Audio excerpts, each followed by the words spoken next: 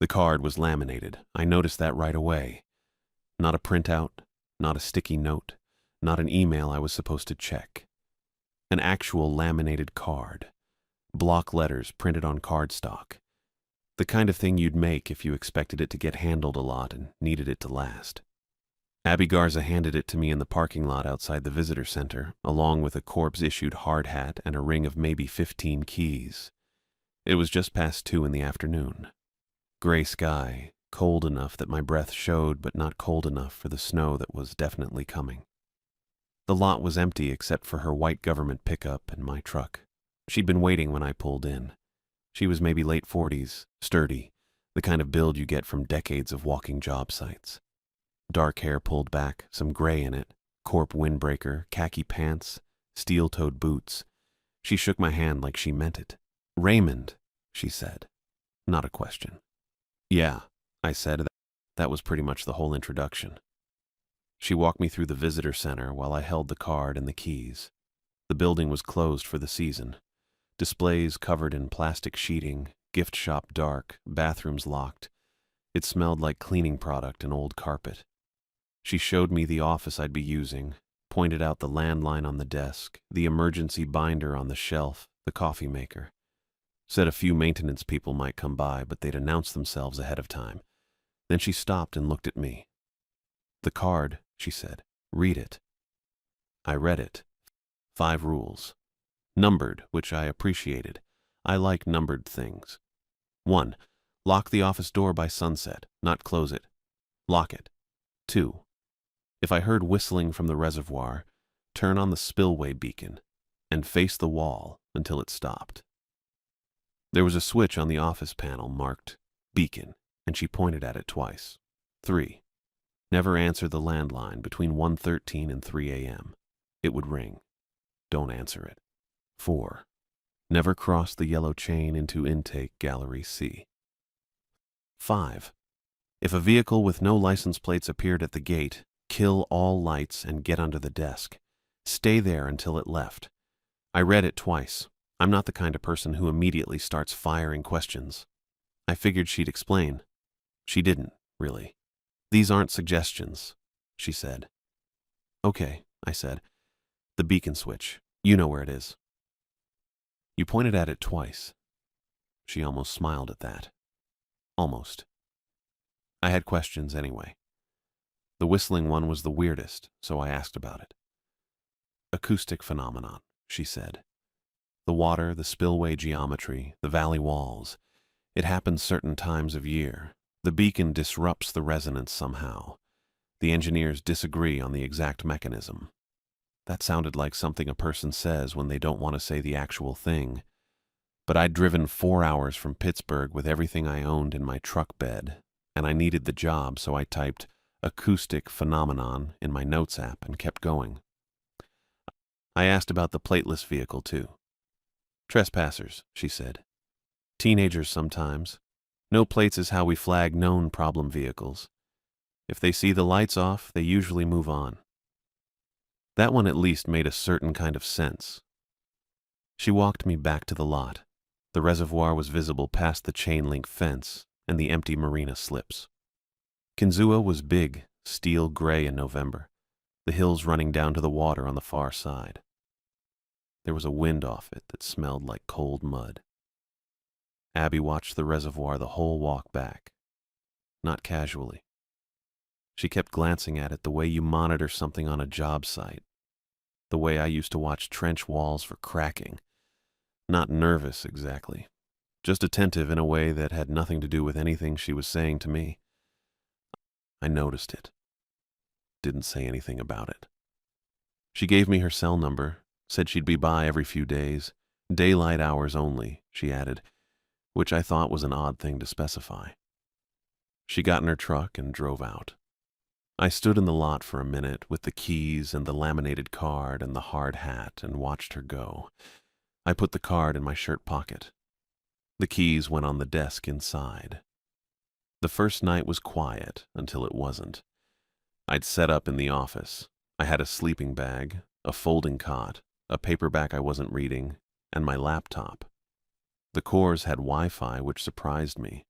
I ate a sandwich from a Turkey Hill on Route 6 and read about a third of a Wikipedia article about the Seneca Nation before I fell asleep with the light on.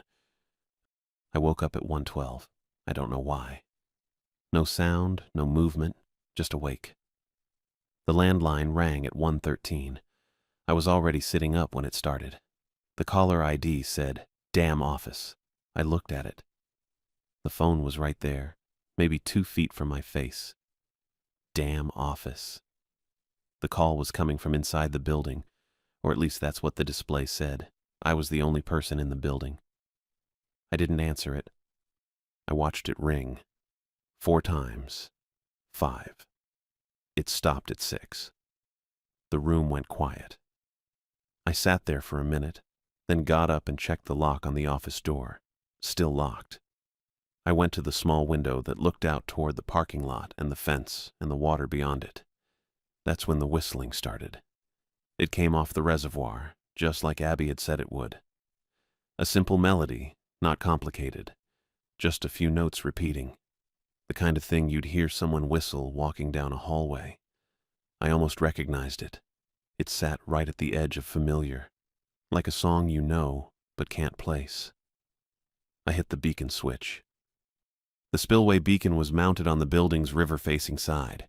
When it kicked on, the light came through the window, a big red pulse, slow and regular, washing across the walls.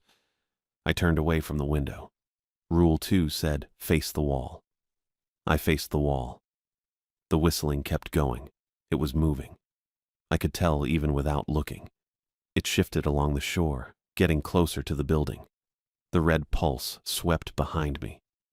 I stared at the corner where the wall met the ceiling and counted beats. Then the whistling changed. Not a different melody. More like the melody folded into something that had a shape to it. A word shape. It said my name. Soft. Slow. The way someone says a word when they're figuring out how their mouth works. Raymond. I kept facing the wall. My hands were flat on the plaster. The beacon pulsed. I don't know how long I stood there before it stopped. 10 minutes, maybe less. At some point, the silence just settled back in and stayed. I sat on the cot until daylight. I didn't sleep. Around 7, I unlocked the office door and walked out to use the bathroom down the hall. There were wet boot prints on the tile. They came from the direction of the main entrance, moved down the hallway toward the intake corridor, and went back the same way. Full boot treads, like someone had walked in soaking wet.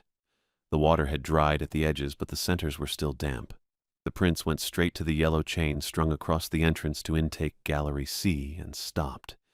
The chain was still latched. I stood there looking at it. The padlock hadn't moved.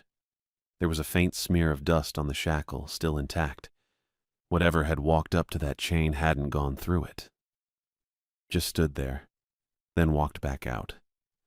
I went back to the office, put the laminated card on the desk in front of me, and read it again. All 5 rules, top to bottom. Then I made coffee and added boot prints Gallery C chain to my notes app, right under Acoustic Phenomenon. That was the first night. The second night, the phone rang at exactly 1:13. I'd been watching for it. My phone propped against the lamp with just the clock running. Nothing else open, no apps, just the numbers. 112, 112, 112. Then the landline went off and the caller ID lit up. Damn office. I didn't touch it. 6 rings and it went quiet. The whistling started about 4 minutes later, same place. South end of the reservoir, moving toward the lot. I hit the spillway beacon, faced the wall, waited. That was the pattern. Every night, same order. 1:13, then the whistling, then nothing. By night 4, I'd stopped watching the clock. I could feel the last few minutes before 1:13 before I could explain why. At 1:11, I'd find myself already sitting up, already listening. I'm not a particularly intuitive person. I've worked construction tech for 8 years, and most of what I do is read measurements and follow specs, but something in me just started tracking it. Some background thing. I didn't love that. I kept a notebook by the cot, one of those black and white composition books from Dollar General on Route 6 in Warren. I wrote down the time the call started, how many rings, when the whistling began, what direction, when it stopped. You write it down. Even when it seems obvious, you write it down. Because 3 weeks later, when something goes wrong, you want the record. That's just how it works on a job site. I applied the same logic here because it was the only logic I had. The calls always lasted 5 to 7 rings. The whistling always started south and moved toward the lot. It always stopped before it reached the parking area. I don't know why. I didn't want to know why. The mornings were the weird part. The nights felt like waiting. The mornings felt like inventory. Day 3, there was a handprint on the outside of the office window. Low, near the sill, like someone had pressed their palm flat to look in. The glass was cold and the print was still damp. The hand was about the same size as mine, maybe a little wider across the palm. I looked at it for a while. Then I went inside and wrote, "Handprint, exterior office window, lower left pane," in my notebook and made coffee. Day 5, I found water pooled under one of the folding chairs in the break room. Not a lot, maybe a cup, spread into a rough circle on the tile. The ceiling above it was dry. The pipes were dry. There was no reason for it to be there. It smelled like the reservoir, that flat mineral smell with something underneath it I couldn't quite name. I mopped it up with paper towels, threw them away, and washed my hands twice. Both went in the notebook, clean and simple. I'm not great at writing incident notes in a way that sounds alarming, probably for the best.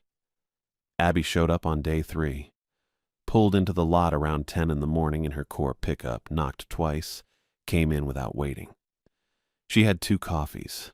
I don't know from where, there's not much between the dam and Warren. She handed me one and asked how the first couple nights had gone. I said quiet. She nodded like that was exactly what she expected. We did a walk of the exterior together. She moved fast, always a step ahead, always facing forward. Checked the generator housing, the gate mechanism, the main building corners. She got to the intake galleries at the end and asked, casual, like it was an afterthought, whether I'd had any reason to go near them. I said no. She said good. Nothing to check down there in winter anyway. She didn't mention the boot prints. I hadn't either. I kept waiting for her to bring them up. She didn't. She came back on day 6. Same thing. Daytime. Quick. Another coffee. This time, she walked the perimeter by herself while I watched from the doorway. When she came back in, she mentioned that teenagers from Warren sometimes came up to mess around near the dam. She said the acoustics along the reservoir were strange. That sound carried in weird ways off the water at this time of year. Pressure changes in the intake tunnels. She said all of this while looking at her clipboard, not at me specifically, more like she was saying it to the room. I said I'd noticed some strange sounds. She looked up, asked what kind. I said water sounds mostly. She wrote something down and said that was pretty normal, and left 20 minutes later. I added Abby, acoustics, teenagers, pressure in tunnels to the notebook. Underneath it I wrote, asked about galleries again and circled it. The 9th night was different. I was at the desk around 11:45 doing nothing useful. Old texts mostly, the kind you scroll back through when you're tired and don't want to think. The gate camera was up on the monitor the way it always was. Usually it showed the empty lot, the gate arm, the tree line. A vehicle pulled up and stopped at the gate. I looked at it. It took me a second to figure out what was wrong.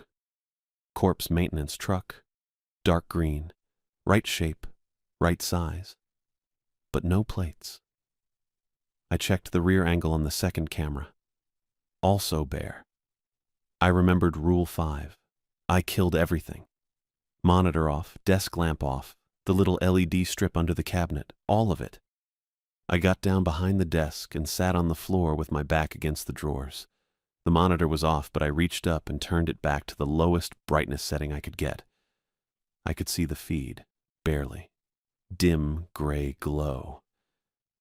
The truck sat at the gate for about a minute and a half. Then the driver's door opened. Nobody got out. The door swung open and hung there. I watched.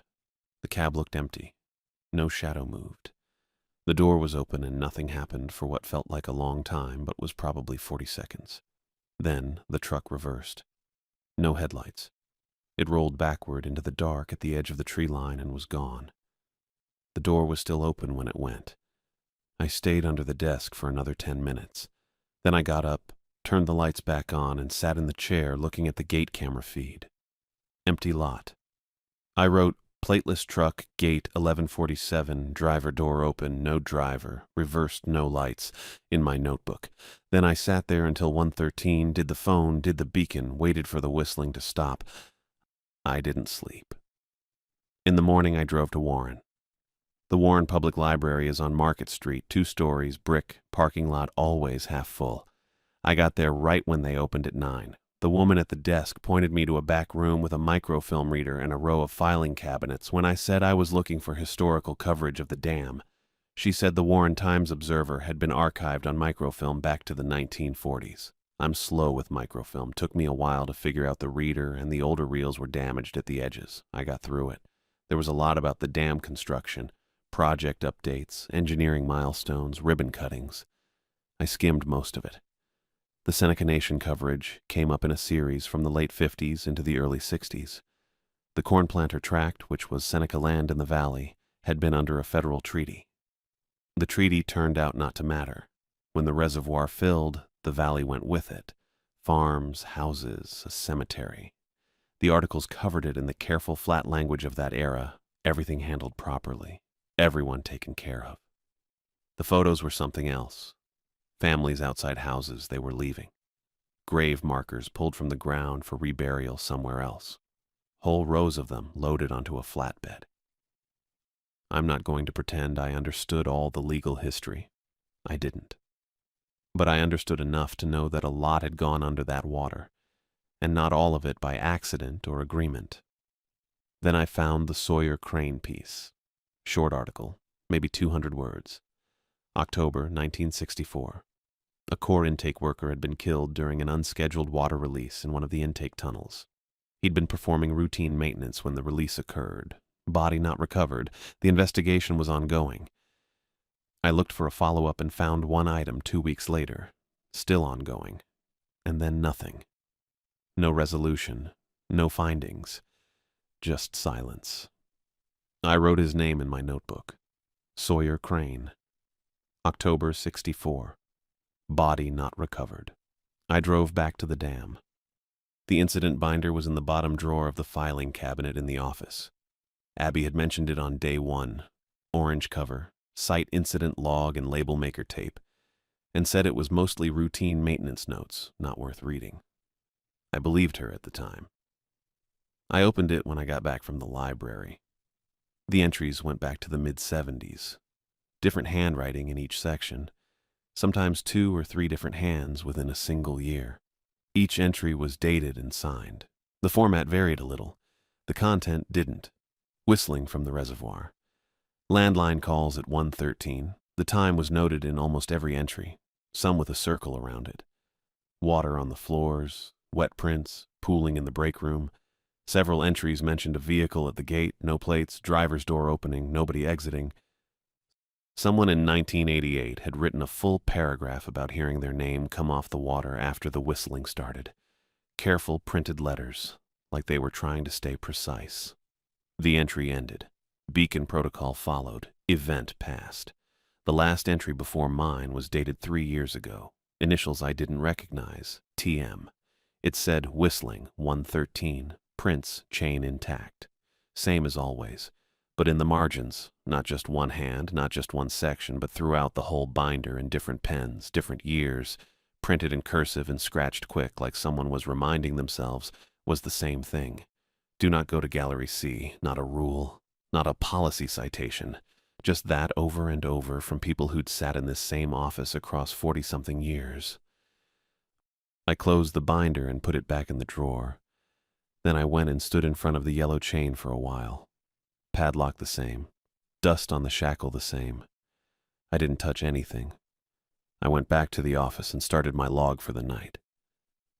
The storm came in on a Thursday, about a week after the library trip. I'd been watching it build most of the afternoon.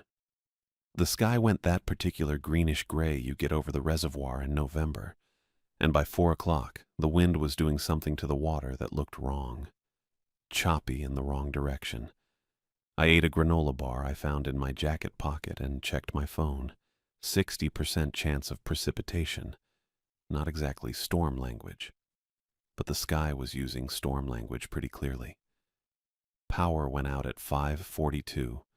I know the exact time because I was looking at the clock on the break room microwave when it happened. The colon blinked once, and then everything went dark. Not a flicker, just gone. The generator kicked in about 20 seconds later. There's a utility shed around the back of the visitor center, and I heard it start up, that low diesel grumble that worked its way into the floor. The overhead lights came back on but dimmer, that yellowish backup power color. The computer rebooted. The gate camera came back online. I checked the spillway beacon indicator on the wall panel, the little green LED that meant it was running. It was dark. I hit the test switch twice. Nothing. I went through the protocol sheet Abby Garza had taped inside the panel door and found the beacon's circuit breaker in the electrical room, labeled Spillway BCN in permanent marker on a strip of tape. I flipped it off and on. Still nothing. The beacon was out. I stood in the electrical room for a second. I knew what that meant. I'd read enough of the binder to know what that meant. Rule 2 existed because the beacon did something specific enough that 30 years of night watchmen had followed the protocol without question. And now it was dead, and the storm was sitting on top of the reservoir, and it wasn't even 6 p.m. I went back to the office and sat down. I thought about calling Abby Garza. I actually picked up my cell and found her number, and then thought about what I'd say. Hey, the beacon's out. And then what? She'd already told me she couldn't come at night. She'd said it the way you say something you don't want to explain further. I put my phone down, ate the second half of the granola bar. The whistling started at 6:17. I knew from the binder it got louder when the beacon was out. I wasn't ready for what louder actually meant. The first few times I'd heard it, it was a sound at the edge of the property, something you could almost argue was wind. This was in the building, not through the walls. In the walls, like the pipes were carrying it up from somewhere below. A single repeated phrase, just a few notes. The kind of thing that almost resolves into something you recognize. Almost. Never quite. I turned on every light in the office. Both lamps, the overhead, the desk lamp in the corner I'd never used because the bulb was weak and buzzed. I didn't have a working beacon, so I figured I'd substitute what I had. I knew it wasn't the same thing. I did it anyway. The landline rang at 1:13 exactly. The display said, "Damn office." I sat and watched it ring 4 times and go to voicemail. Then I thought about the binder again. Dozens of people letting it ring through. Rule 3 said, "Don't answer." Rule 3 did not say, "Don't unplug." I pulled the cord out of the wall jack. The silence after that was pretty good. The whistling was still going somewhere outside, but it felt further away, and the ringing was just gone, and I sat there thinking, okay, that's something. I'm handling it.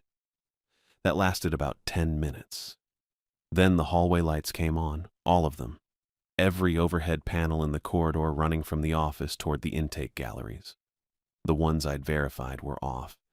The ones not on the generator's priority circuit. I had checked that specifically. Those lights were supposed to be dead. They were on. Flat white fluorescent light filling the hallway like it was the middle of a workday. I didn't move for a little while. The smell came under the door next. Not the hallway door.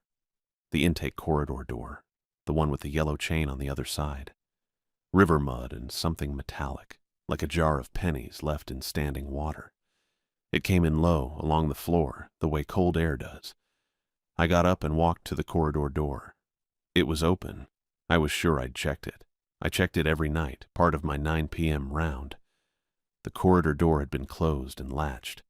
Now it was standing open maybe 4 inches, and through the gap was that gray flat light. Not fluorescent, not quite anything I had a name for, just gray and even. The yellow chain was visible through the gap, still latched, still hanging across.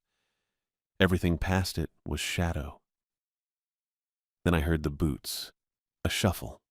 Not footsteps exactly, more like something shifting weight.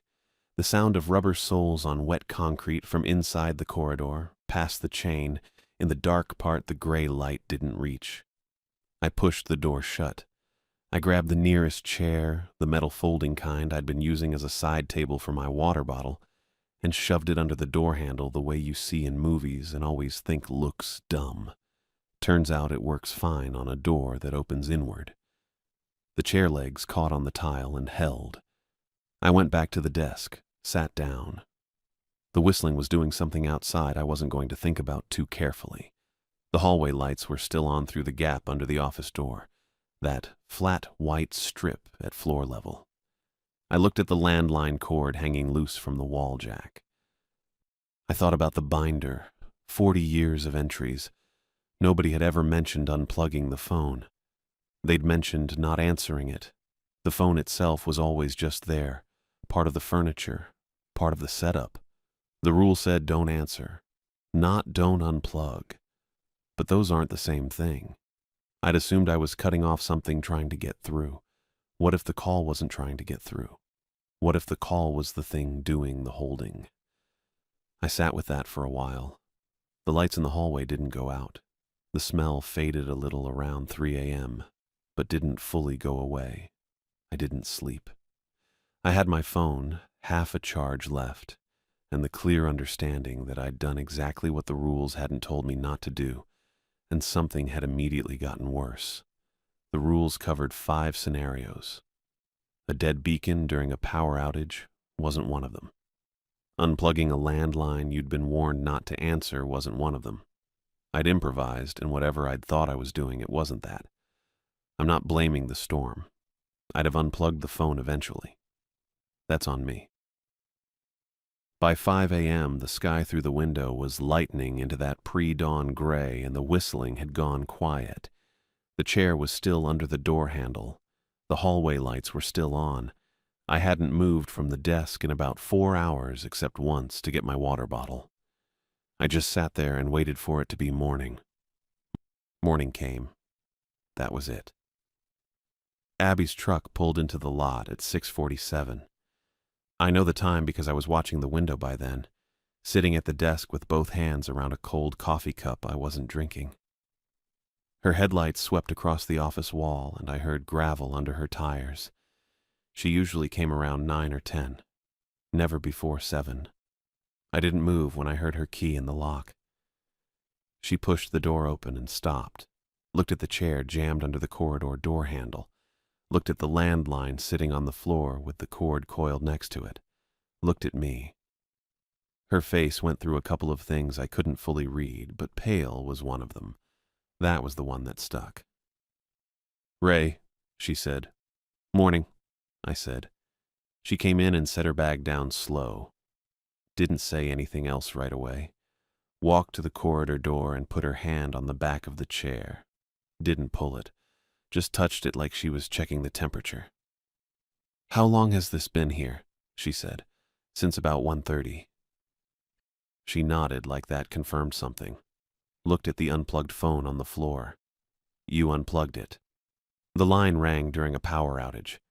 I didn't think that was possible. She was quiet for a minute. I could hear the reservoir from here, which I usually couldn't unless the wind was right. Flat and gray out there, not much moving. She was staring at the corridor door. "Okay," she said finally, more to herself than me. I waited. She pulled the rolling chair from the far desk, the one with the cracked armrest, and sat down across from me. She wasn't in a rush anymore. That was different. Every other visit she'd been out the door in 20 minutes. This time she sat like she was settling in. "The phone line," she said. "It's not a phone line." I didn't say anything. It runs to a junction box in the intake corridor. Always has. The signal. Whatever it is that makes it ring.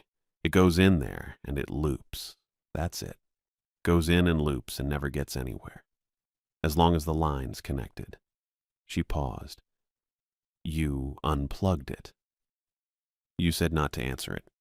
You didn't say anything about unplugging it. I know. She didn't sound mad.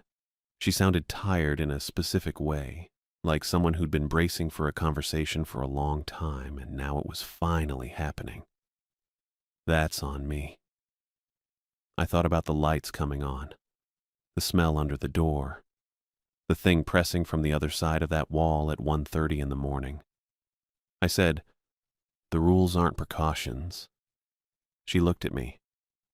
"They're not safety precautions. There's something else." She didn't answer right away. Then, "No, they're not." She got up and went to the metal cabinet against the back wall, the one I'd always figured was full of maintenance schedules and inspection logs and things I'd never need to look at. She had a key on her ring I hadn't seen her use before, smaller than the others, brass, with a tag that said, "Nothing." Just a number. 22. The cabinet door swung open and she started pulling things out, setting them on the desk. Rolled drawings held with a rubber band. A manila folder that had been taped shut and then opened at some point and retaped. A brown envelope with Intake C modifications, written on it in black marker, all caps, underlined twice. She laid it all out and stepped back. "Take your time," she said. I started with the drawings. Old corpse blueprints, the kind on pale blue paper with faded white lines. Kinzua Dam. Intake gallery cross-sections. Gallery C was marked differently than A and B. There was a notation along the east wall, a box with a symbol in it I didn't recognize at first. Kind of a closed loop with a line through the middle. Hand-drawn, not printed. Somebody had added it to the original blueprint after the fact. I unrolled the next drawing. Same symbol, different date. The one after that, same. Decades apart, different draftsmen. Same symbol, kept getting added to the Gallery C wall notation like it was standard procedure, and somebody just forgot to tell anyone what it meant. I opened the envelope. Photos. Polaroids first, then standard prints. A few digital ones near the bottom. All of them showing the same section of Gallery C's east wall. The symbol in the first photo was painted on, white paint on gray concrete maybe 2 feet across. In the next photo, it was painted over. Gray on gray, barely visible. In the one after that, it was back, painted again in white, a little larger, then covered again, then painted again, bigger. The last few photos, the more recent ones, it wasn't painted anymore. It was carved, deep grooves in the concrete. Somebody had cut it in with a chisel or something close to it. Like whoever kept covering it up had eventually given up, and whoever kept putting it back had gotten tired of using paint. "What is this?" I said. "We don't know what it means," Abby said. "We know it keeps showing up. We know it's been there since at least 67. That's the first record we have." "Who keeps drawing it?" She didn't answer that one. She slid the manila folder toward me instead. It had a label. Night Watch Personnel, Kinzua Facility. There was a typed roster inside, single-spaced, 2 pages. Names and dates going back about 20 years. Each entry had a start date, an end date, and a status column. Most of the status entries said completed or transferred. A few said resigned. I counted 7 names circled in red. Those had single words next to them in handwriting, not typing. Resigned. That appeared twice. Relocated. Medical. Medical again. Missing. Missing. And one that just said no. I looked up. This one just says no. I know. What does that mean? It means we don't know. I put the folder down. The 7 circled names were spaced out across the full 20 years. Not clustered. Not a bad stretch or a bad year. Just scattered one every couple of years like a pattern that didn't care about timing. I said, Sawyer Crane. Abby looked at her hands. He didn't just get pulled into a tunnel, I said. I read the article. But there was more to it. She was quiet long enough that I thought she wasn't going to answer. Then she said, he was in Gallery C during the fill, when they flooded the valley. There was a miscommunication about the timeline, that's what the official report said, and the intake sequence started before everyone was out. He was inside. The water came in fast. She stopped. He didn't make it out, and they sealed it. The protocol at the time was to seal any compromised intake and continue filling. The schedule was the schedule. There were political pressures. The project was already behind. I didn't say anything to that. He was inside when they poured the secondary concrete barrier, she said. Him and... She pressed her mouth flat. There was something already in that intake, something that had been there before they started construction. The Geological Survey noted it, and nobody knew what to do with that notation, so they filed it and moved forward. Standard practice for the time. What kind of something? The survey called it an anomalous acoustic signature, a pocket of unusual acoustic behavior in the rock formation. She said it like she'd read it so many times the words had stopped meaning anything. What it actually was, we don't know. We know it's still there. We know it's been there the whole time. And we know that after Crane, it wasn't just a pocket of acoustic behavior anymore. I looked at the photos again, the symbol carved into the wall. The whistling, I said, gets louder when people are nearby, quieter when they're not. The beacon disrupts it. We don't know why. We just know it does. And the calls. Testing. That's the best way I can describe it. If someone answered, we think they'd hear something that made them want to go to the intake. We had 3 incidents before we installed the loop. After the loop, nothing. Nobody answered, nobody went. I thought about 9 nights of not answering. The caller ID always reading damn office. And the truck. Abby looked at the window. The truck started showing up about 12 years ago. A core maintenance vehicle from the 1960s, same model Crane's crew used, no plates. We ran it every way we could. The VN doesn't match any vehicle in the registry. It's not in our fleet records. It just shows up. She didn't say anything else about the truck. She didn't have to. The driver, I said. There's never been a driver. Not one anyone's seen exit the vehicle. The door opens, that's all. I sat with that. The door specifically bugged me more than most of it. I don't know why, it just did. Gallery C, I said. The rule wasn't about keeping people safe. No. It was about keeping people away from something that's getting closer. Abby looked at me directly for the first time since she'd sat down. The wall has been moving, she said, incrementally. Millimeters per year for the first decade, then more. The modified panel on those drawings, it was installed to monitor the movement. The symbol keeps reappearing because something on the other side of that wall keeps expressing it through the concrete. We don't know how. The rules exist because as long as nobody goes in there, as long as nobody gives it a reason to escalate. She stopped. It stays slow. It stays manageable. Last night wasn't manageable, I said. No, she said. Last night wasn't. She didn't apologize. I didn't expect her to.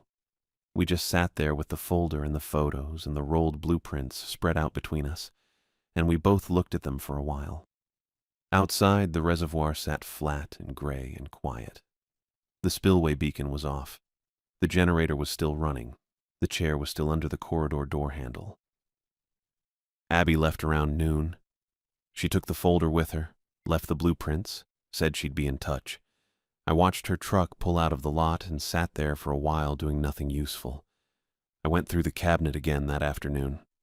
I don't know what I was looking for exactly, something to do maybe. I'd already read the incident binder twice. The blueprints were just blueprints. But there was a stack of old maintenance tags in the back corner, the paper kind with carbon copies, bundled with a rubber band that fell apart when I touched it. Most of them were boring. HVAC filter replacements, exterior lighting checks, generator fuel logs. I flipped through maybe 40 of them before I found the one that wasn't boring. It was dated 1989. The top line said, "Spillway Beacon, manual override installed." Below that, in smaller print, override panel located in intake gallery C, junction box J7, accessible via interior corridor, for use in event of primary power failure. I read it twice. Then I thought about every night the beacon had kept the whistling at bay. Every time I'd hit that switch on the main board and watched the red pulse start up and felt the air outside go a little quieter. I'd figured it was just light, bright light, red light, something about visibility and deterrence. But the beacon had a manual override, inside gallery C, right behind the door we weren't supposed to open, right past the yellow chain nobody was supposed to cross. Someone had put the one thing that pushed it back inside the room it was being pushed back from. I don't know if that was intentional or just a terrible coincidence. Knowing what I knew by then, I figured intentional. The tag was dated 3 years after the incident binder entries started getting serious. 1989. Someone had figured it out by then. Someone had installed a direct line and then sealed it away behind a rule. I put the tag in my shirt pocket. I went to the storage room off the main corridor and stood in front of the shelves for a while. There was a full case of Hilti expanding foam, the construction-grade stuff in the orange cans. There was a tube of Loctite construction adhesive, the kind that cures rigid. There were work gloves on a hook by the door. I grabbed 2 cans of foam, the adhesive, and the gloves, and I put them in the canvas bag I used to carry tools around the site. Then I went and got my flashlight from the desk drawer, the big mag light that took 4D batteries, and I set everything by the office door and went and ate dinner. That's the part that feels strange to describe. I made a bowl of instant oatmeal on the camp stove and watched the generator read out and thought about Pittsburgh. Nothing specific, just the general shape of the last year. I wasn't scared yet. I was something else. Tired, maybe. Decided. At 12:58, I picked up the bag. The corridor was cold. That mud and copper smell was still there, lighter than it had been the night before, but still present. The chair was still under the gallery C door handle where I'd left it. I moved it, unlocked the door, and stepped through. The yellow chain was waist-high across the entrance to the intake gallery. The sign on it said, "Authorized personnel only." I've probably stepped over hundreds of those in my life. This one I stood in front of for about 10 seconds. I stepped over it. The gallery ran maybe 60 feet before the first junction point. My flashlight hit concrete on all sides, low ceiling, exposed conduit, the kind of utilitarian space nobody ever meant to look at. The air was colder than the corridor. Still. My boots were loud. Junction box J7 was stenciled on the wall in faded yellow paint about 30 feet in.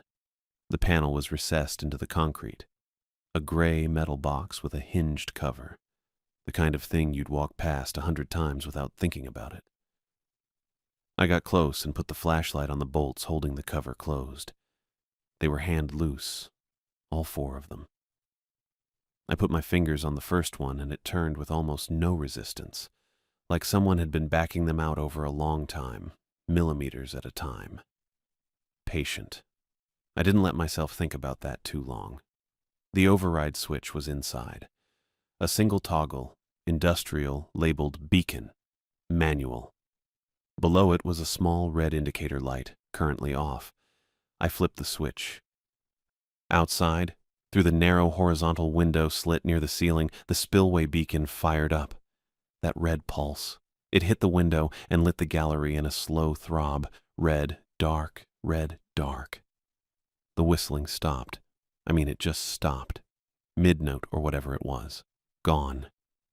I exhaled. I hadn't realized I'd been holding anything. Then the wall moved. The wall directly across from the panel, maybe 8 feet away, it flexed inward just slightly, like something on the other side had leaned against it. The concrete didn't crack. It just bowed, the way a thick rubber sheet bows when you push it from behind. And then a seam appeared, low on the wall, a construction joint that had probably been there for 60 years. And it opened. Not wide. An inch, maybe less. Just a thin black gap running about 4 feet horizontally. Something was pressing from the other side. Slow. Not frantic. Patient. I had the foam out of the bag before I'd consciously decided to move. The nozzle went into the gap. I squeezed the trigger and held it and moved the can along the seam, filling it, watching the foam expand and push back out around the nozzle, yellow-white, already hardening at the edges. The pressure from the other side didn't stop. The foam compressed where it was thinnest. I emptied the first can and dropped it, and had the second one in before it hit the floor. The seam held at the width it was. Whatever was pushing kept pushing. When the second can was empty, I had the adhesive tube in my hands. I smeared it over the foam with my gloved palm, thick, working fast, pressing it into the edges where the foam met the concrete. It wasn't a fix. I knew it wasn't a fix, but it was something to put between me and whatever was on the other side of that seam. Then I put both hands against the panel cover and threw my weight into it. The hinged cover latched. I got both hands on the top bolt and ran it down, then the second, the third. My fingers were shaking a little by the fourth one, but I got it closed. The wall was still. The seam was packed. I grabbed the bag and walked back toward the chain. The ringing started somewhere in the building behind me, not the landline, something bigger, like the whole electrical system was vibrating. It peaked, loud enough to feel in my back teeth, and then it cut. Dead silence. I stepped over the yellow chain. Behind me, the whistling started up again, just barely, the beginning of a note, like someone drawing breath, and then it stopped, like it ran out of something to push with. I stood in the corridor with the empty canvas bag and the flashlight, and I didn't move for a while. Then I went and sat at the desk and waited for morning. Morning came gray and flat. I didn't sleep, I just sat at the desk until the windows went from black to the kind of dark blue that means the sun is getting around to it. Then I got up, grabbed the canvas bag I'd been using as a general catch-all for the last few weeks, and put 3 things in it: the laminated rules card, the folder of photos I'd taken with my phone and printed at the Rite Aid in town 2 days earlier, and the incident binder. The binder barely fit. I zipped the bag around it and went to my truck. I drove to the Pennsylvania State Police Barracks on Crescent Park Road. Took me about 22 minutes. I know because I watched the clock the whole way. I don't know why exactly. I just needed something that moved at a normal speed. The barracks were beige brick, a flag out front, 2 cruisers in the lot. I sat in my truck for a minute. Not because I was scared. I just hadn't thought about what I was going to say. I figured I'd say exactly what happened. I went in. A trooper at the front desk asked what I needed. I said I needed to talk to someone about an ongoing safety issue at the Kinzua Dam site. He looked at me for a second, then picked up his phone. Sergeant Denise Wang came out about 4 minutes later. Pressed uniform, sergeant's chevrons, blonde hair tucked behind her ears. Steady eyes that didn't give anything away, just took information in. She said her name and rank. I said mine. She said to come back. Her office was small. Metal desk, 2 chairs, a whiteboard with nothing on it. She sat down and I sat across from her. She had a legal pad already open. She didn't say anything. She waited. I put the canvas bag on her desk. I work night watch at the Kinzua Dam Visitor Center, I said. Corps of Engineers contract. I've been there since October. My supervisor gave me a set of rules on my first day and told me they were non-negotiable. I've been following them. I'm pretty sure they're covering up something that happened in 1964, and they've been using civilian contractors to maintain it without telling anyone what they're actually doing. She wrote something down. Define covering up. So I told her. I went through the whole thing in order.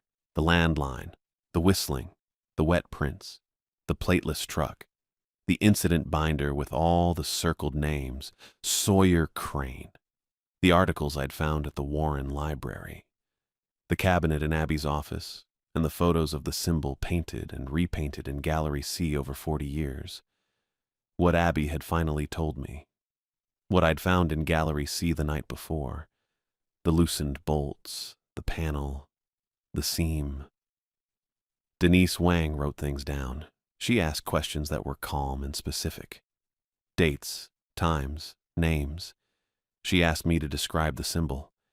I didn't have good words for it, so I showed her the photo on my phone and she photographed the screen with hers. She asked if I had documentation of the contractor roster. I pulled the binder out and opened it to the page with the circled names. She read it without touching it, then asked me to leave it. I left everything. The card, the photos, the binder. I kept the photo on my phone. She walked me back to the lobby. At the door, she said, "Don't go back to the site until I hear from you." I said that was fine by me. She gave me a card with her direct number on it, small state seal in the corner. I put it in my jacket pocket and drove back to the motel on the other side of Warren. I slept until noon. Woke up to 2 voicemails from a core district number I didn't recognize. I didn't call back. The investigation moved faster than I expected. By Wednesday, 3 days after I'd walked into the barracks, Denise Wang called to say the Corps had been formally contacted and engineers from the Pittsburgh district were being sent to the site. She said I might need to make a recorded statement. I said okay. I made the statement Thursday morning. 2 hours. A trooper sat in and typed while I talked and Denise Wang asked the questions. She had a printout on the desk that looked like a copy of the incident binder. She asked about Gallery C specifically, what I'd done, what I'd seen. I walked her through it. The foam, the adhesive, the panel, the seam. She didn't react much, just wrote things down. I asked if I'd done something wrong going in there. She said, "You're not the one we're looking at." That was the whole answer. I took it. The Corps engineers got into Gallery C that Friday. Denise Wang called me afterward. They'd found the modified panel with the override switch, the carved symbol on the interior wall, and a secondary contractor roster going back further than the one in the binder. The symbol matched my photo. The foam was still in the seam. She didn't tell me what the symbol meant. I didn't ask. Abby Garza was suspended by the end of that week. The formal charges came later. A letter in the mail, something about unauthorized containment operations and misuse of civilian labor. Reckless endangerment was in there. I read it once, put it in the nightstand drawer, and didn't look at it again. I felt bad about it, a little. Not for her exactly. More for the version of the situation where she'd been stuck knowing something terrible for 20 years and hadn't found a way out that didn't involve handing people a laminated card and hoping for the best. That's probably me reading into things. I don't actually know what she felt. She never called. The Corps sealed Gallery C the following week, reinforced concrete directly behind the flexing wall. I heard this from Denise Wang, who got it from the engineering report. They also rewired the spillway beacon to a completely independent power supply. Its own circuit, its own breaker, its own backup. Something that couldn't drop when the main power failed. I wasn't on site for any of it. I was at the motel mostly, walked around Warren a couple of times, got coffee at a place on Pennsylvania Avenue with a handwritten menu that played Tom Petty at low volume, ate a lot of eggs, watched whatever was on. I'm not great at waiting, but I didn't have anywhere else to be. The night after the Corps sealed Gallery C, I slept straight through without waking up. I didn't think about that until later. The 113 calls stopped. No more calls at all, according to what a trooper mentioned in passing during one of my check-ins. Whatever had been cycling through that line just quit. The whistling was gone, not quieter. Gone. None of the engineering crew reported hearing it during 3 days of work inside Gallery C. Just concrete and cold air and the smell of a dam doing what it does. I picked up my last paycheck on a Tuesday. Not from Abby. from a core administrative office in Warren that had taken over contractor payments since the suspension. A woman at the front desk handed me an envelope with my name on it and asked me to sign a receipt. She was polite. She didn't look at me any particular way. I signed and left. I loaded my truck that afternoon. Didn't take long. I'd been living out of a bag since October. 2 duffels, a backpack, a box of food from the mini fridge, my work boots on the floor behind the passenger seat. I dropped the room key in the box by the motel office. The woman at the front desk waved. I waved back. I took Route 6 east out of Warren. The reservoir was visible for a stretch before the road curved away. Gray water, gray sky, trees stripped down bare. The spillway beacon was running. Red pulse, steady and slow, visible from the road. I watched it until the bend took it. I don't know exactly what was in Gallery C. I don't know what Sawyer Crane became after 60 years inside that wall, or what the symbol was supposed to do, or whether the foam and adhesive I'd smeared into that seam actually mattered. I'm not a structural engineer. I'm not anything, really. I was just the guy watching the building. What I know is the concrete held. The seam didn't open again. The beacon stayed on. And whatever had been pressing from the other side, patient, slow, apparently fine with waiting decades for someone to slip up, it stopped. That's enough for me. Pittsburgh was still back there somewhere, and my stuff was in a storage unit on the north side, and at some point I'd have to deal with that. The bad year was still waiting too. All of it still there, a couple hours down the road. But right then I was just on Route 6 with the heater going, and a coffee in the cup holder, and the whole morning ahead of me. I kept driving,